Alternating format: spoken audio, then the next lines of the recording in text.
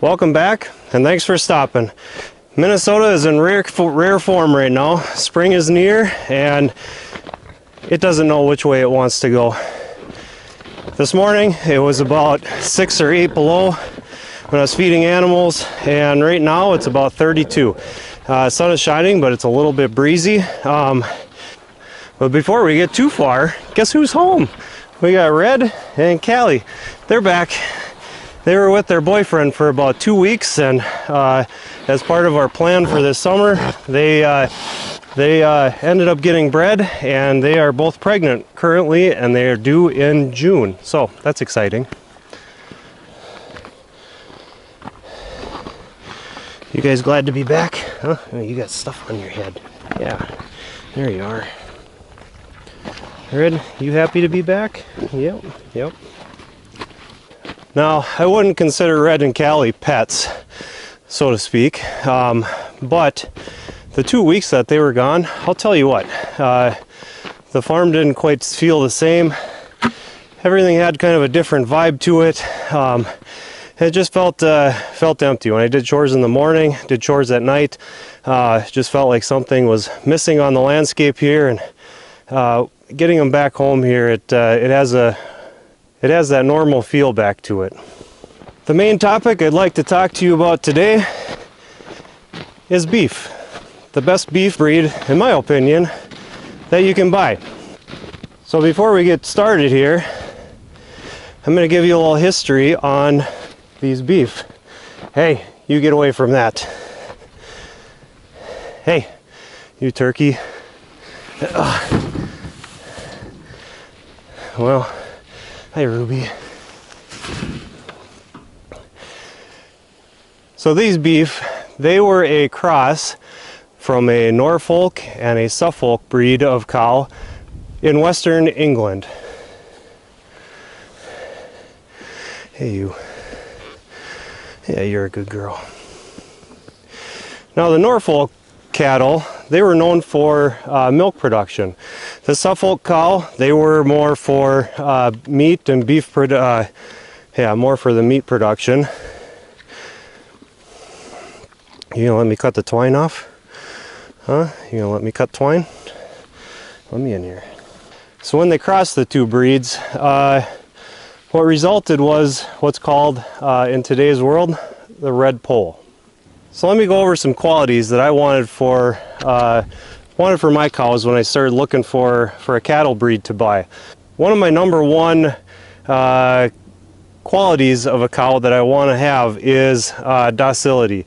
I didn't grow up with cows, and so it's kind of a new venture for me. They're a large animal. It's not like a pig where you can maybe get out of their way. Cattle they're a much more intimidating animal, so the docility of it was kind of important to me. And as far as docile goes, yeah, you guys are quite friendly, huh? You're easy to tame up. This is Ruby. Again, she's my favorite if you haven't seen this before. And then number two, I wanted something. I don't have a lot of acreage and row crops and all of that kind of stuff, and for health reasons and stuff like that, and I know I'll have arguments on that, but for health reasons, I didn't want to feed them corn and grains and stuff like that. I wanted to primarily or strictly feed them only grass and hay, which this breed, Red Poll, they've been very well known for putting on a lot of weight, finishing well on just grass. And as you can see on Patty here, she's not quite I guess all three of these, they're not quite 2 years old. They're going to be 2 years old in May, so we still have a couple of months of growth before they hit that 2-year-old mark. So when we talk about finishing well on grass, I don't know. I guess I'm not a professional or an expert by any means, but she has a pretty nice frame on her, and all she's ever eaten is grass and hay. Good job. Good job, Patty. You know, cattle are quite amazing. They eat grass, they eat hay, and they put on a pile of weight. If you look down the length of Patty here, she's got a pretty good belly on her. I guess we're a lot alike, aren't we, Patty? Doesn't take much for us to put on weight. So that kind of checks my second box. My third thing is I wanted to have small birth weights on the calves. Some breeds of cattle, they have large calves, and a lot of them need assistance calving because the calf is so big. With the red poll case, it's very common that the calf weight, or the birth weight of the calf, is a little bit smaller, which is a lot easier on the mother. It's easier on the calf. The calf is able to come out without a lot of stress. And with that, because the red poll is a cross between a milk breed and a meat breed, they also give a lot of milk, which then the calf, being it's a small calf, it is able to recoup quite quickly, and it can grow rapidly because of the quantity of milk that it has access to. And then number 4, one of the things I didn't want a real big cow. Like a Holstein, so to speak. They're quite large, and I didn't necessarily want a super small cow like a Dexter or a Lowline, something like that. And there's nothing, I don't have a problem with any of those. It just, for me, it wasn't quite what I was looking for. I know with the smaller cows, there's higher profitability in them per cow. With the larger cows, you're obviously going to get larger quantities of meat and steaks and stuff like that, but I wanted something a little bit more manageable for where I'm at in my context. And as you can tell, I don't know, right about here is about 4 feet-ish, somewhere in there. So they're a good sized cow, but they're not one where they're going to come up to you, and unless you're Patty looking for an alfalfa cube, they're not going to look you in the eye when they come up to you. All right, Lucy, it's your time to shine in the camera. You're not in very good lighting though. So let's see, 1, 2, 3, 4, number 5. I wanted a cow that was going to be suited for cold climates, and lo and behold, the red poll, they do quite well in a cold climate. Like I said earlier, it was 6 below this morning, and right now it's 32, and this morning, or I should say over the weekend when it was snowing, they had a thick layer of snow on their backs, which means that they've got good insulation. So on their back here, if their back was all wet and it didn't have any snow on it, I'd be concerned that there was a little issue, they weren't feeling well, but doggone it, they're a tough animal, and with that layer of fur that they've got, or the hair, and with the fat on their back, they can tolerate quite a bit of cold.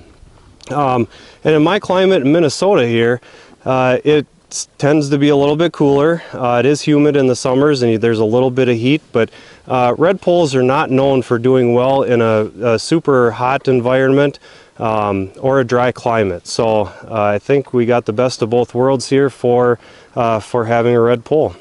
You gonna let me pet you? Huh? You gonna let me pet you while I talk?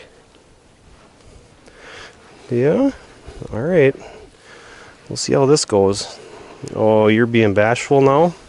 And the last thing, number 7, I wanted them to be naturally polled. I wasn't keen on, well, number 1, I've never handled cattle very much, so number 1, I don't know how to dehorn any cows. I've seen it done on videos and stuff like that. It just doesn't look appealing to me. So if I can get something that's naturally polled, then that's kind of the route that I wanted to go. And these guys fit the bill just perfect. Hey, you.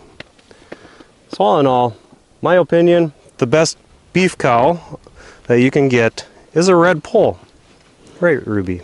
Right, yep. So all in all, if you're looking for a cattle breed that you're trying to establish on your farm, I would look into a lot of the different qualities that beef cattle have to offer. The red poll, they fit my situation perfectly, and I'm super glad of the choice that I made.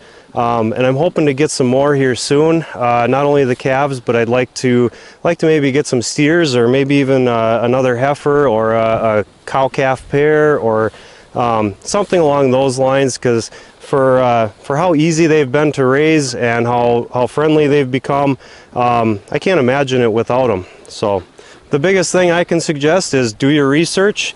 Make sure that you're happy with them. That's all I have for you today. Goodbye for now, and have a great day.